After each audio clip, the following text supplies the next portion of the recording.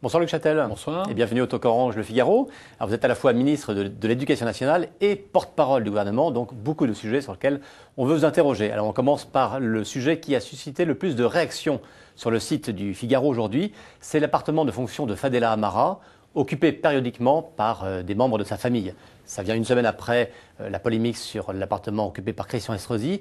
Est-ce qu'il faut aujourd'hui que le gouvernement soit plus clair sur les règles concernant le train de vie des ministres ? Non, mais le gouvernement est clair. Il y a une circulaire du Premier ministre, qui date d'ailleurs de Jean-Pierre Raffarin, et qui est encore d'actualité, et qui prévoit de manière extrêmement précise les règles d'attribution de logements, de fonctions pour les membres du gouvernement. Donc nous sommes dans cette logique-là. Christian Estrosi a eu l'occasion d'expliquer... Sauf que la circulaire concernait des appartements pour les ministres qui n'avaient précisément pas de logement de fonction. Or là, on est dans le cas de deux ministres qui occupent un logement de fonction. Oui, sauf que Fadela Amara habite chez elle, et d'ailleurs elle a souhaité rester, habiter dans l'immeuble où elle habite depuis longtemps. Et c'est tout à son honneur que de garder cette proximité, cette volonté de garder une vie entre guillemets normale. Et puis elle a par ailleurs un logement, d'après ce que je comprends, qui a été aménagé dans son bureau, à proximité immédiate de son bureau, mais qui doit pouvoir lui permettre aussi de se... Vous savez, quand on a de longues journées, on doit pouvoir se reposer si on ne peut pas rentrer chez soi. Je crois qu'elle habite assez loin de son ministère, donc nous sommes dans ce cadre-là.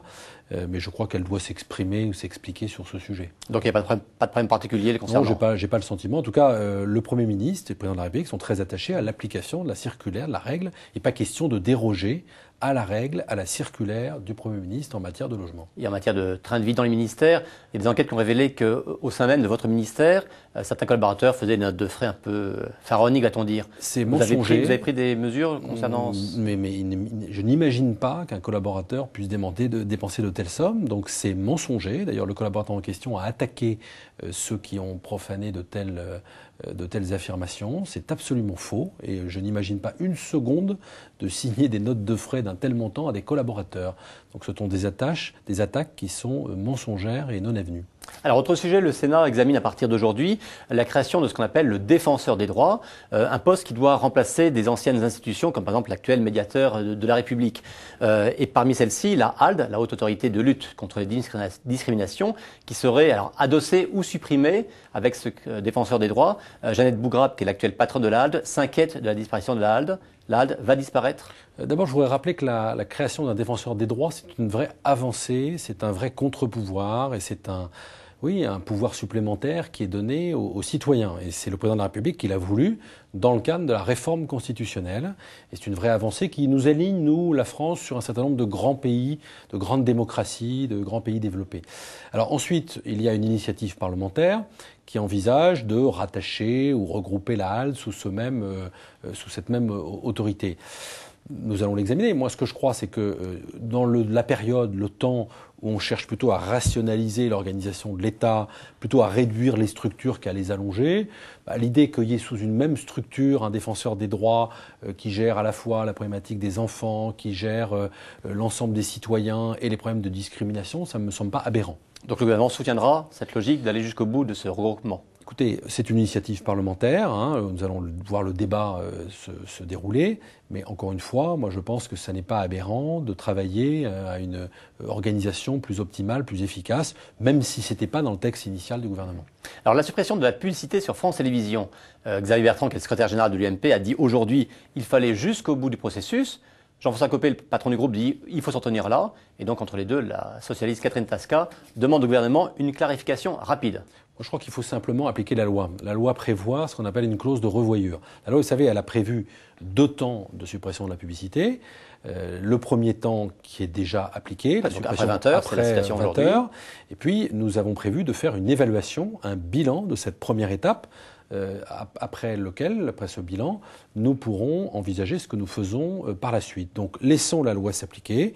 Il y a clairement un bilan avec clause de revoyure. Lorsque nous ferons le bilan de la première phase, nous déciderons s'il faut ou non aller plus loin. Moi, je pense que c'est dans cet esprit qu'il faut travailler. Mais la décision n'est pas prise, donc. La décision n'est pas prise.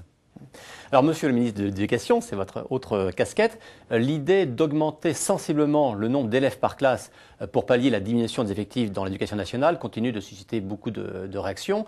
Il y a un internaute, la Musetta, qui vous fait remarquer qu'on va arriver à l'arrivée des baby-boomers des années 2000 à l'école puis ensuite au collège. Est-ce que cette piste, qui a été évoquée dans votre ministère, sera menée à son terme? D'abord, il faut bien expliquer aux Français ce que nous faisons aujourd'hui à l'éducation nationale. Le sujet à l'éducation nationale, ce n'est pas la question des moyens. Les moyens, ils existent. Nous avons le premier budget de l'État. Il est en mais la question augmentation. des effectifs par classe, c'est une vraie question. Oui, mais j'y viens. Nous avons donc encore une fois un budget qui est en augmentation constante. Il est près d'un point de plus de PIB supérieur à la moyenne des grands pays développés. Il y a aujourd'hui 50 000 professeurs de plus qu'il y a 20 ans dans le système éducatif, alors qu'il y a 700 000 élèves de moins. Donc les moyens, ils sont là. Le sujet, c'est de la bonne répartition de ces moyens sur l'ensemble du territoire. Et ma conviction, c'est qu'on peut améliorer l'efficience, l'efficacité du système éducatif. Donc nous travaillons à cette réorganisation et nous regardons dans le cadre de la maîtrise des dépenses que de l'État, puisque l'éducation nationale, premier budget de l'État, qui emploie la moitié des fonctionnaires, ne peut pas s'exonérer de la politique de maîtrise des dépenses publiques. Donc il n'est pas question de ne pas appliquer le 1 sur 2, le non-renouvellement d'un fonctionnaire sur 2. Simplement, je souhaite le faire avec discernement. Je pourrais le faire depuis le ministère, 110 rue de Grenelle, en disant tiens, on va supprimer tant de postes dans telle académie, dans tel lycée, auprès de tels élèves. Non, je ne le souhaite pas. Donc ça sera engagé académie par académie. J'ai engagé un travail avec l'ensemble des recteurs et je leur ai demandé de regarder à une optimisation de l'organisation du système éducatif dans leur département, dans chaque département. Ce que fait n'importe quelle entreprise en France, ce que fait n'importe quelle organisation, nous devons le faire à l'éducation nationale, optimiser le mode d'organisation. Alors vous allez lancer un autre chantier qui est celui des rythmes scolaires. Il y a 3 ans, Xavier Darcos nous dit « ça y est, on a trouvé la solution, c'est la semaine des 4 jours ». Aujourd'hui, on part sur une nouvelle direction, étudier l'idée de les cours le matin et puis activités sportives l'après-midi.